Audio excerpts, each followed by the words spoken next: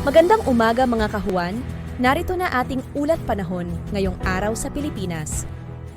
Ngayon ay May 5, 2024 at narito ang update ukol sa maging lagay ng panahon sa susunod na 24 oras. Patuloy pa rin umiiral ang easterlies o yung mainit na hangin mula sa dagat Pasipiko sa malaking bahagi ng ating bansa kung saan dala pa rin ito yung mainit na panahon lalong-lalo sa tanghali at meron pa rin tayong posibilidad ng mga isolated ng mga pag-ulan, dulot yan ng mga localized thunderstorms. At sa kasalukuyan ay wala tayong minomonitor pa na sama ng panahon na maaaring makaapekto dito sa ating bansa. At para nga sa maging lagay ng panahon ngayong araw ng linggo, ang buong bahagi ng Luzon kasama na dyan ang Metro Manila ay generally fair weather condition pa rin yung ating mararanasan. Mainit pa rin yung panahon lalong-lalo na sa tanghali kaya kapag po tayo ay lalabas, huwag pa rin natin kalilimutan yung pananggalang natin sa direktang init ng araw. At meron din tayong posibilidad pa rin ng mga isolated na mga pag-ulan dulot naman ng mga localized thunderstorms. Agwat ng temperatura sa Metro Manila ay mula 26 to 36 degrees Celsius.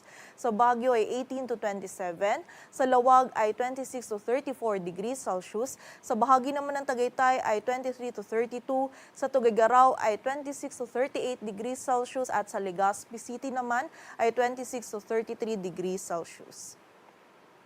Samantala sa bahagi naman ng Visayas at Mindanao maging sa bahagi din ng Palawan, ngayong araw ay magiging bahagyang maulap hanggang sa maulap yung ating kalangitan at meron din tayong posibilidad pa din ng mga isolated o yung mga biglaan at mga panandali ang pag-ulan, pagkidlat at pagkulog dulot yan ng easterlies at ng mga localized thunderstorms. Agwat ng temperatura sa Cebu ay mula 27 to 33 degrees Celsius at sa Davao naman ay 25 to 34 degrees Celsius.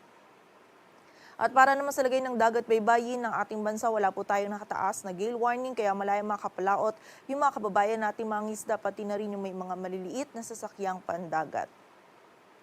Dito sa Metro Manila, ang araw ay sisikat mamayang 5:32 ng umaga at lulubog mamayang 6:14 ng hapon.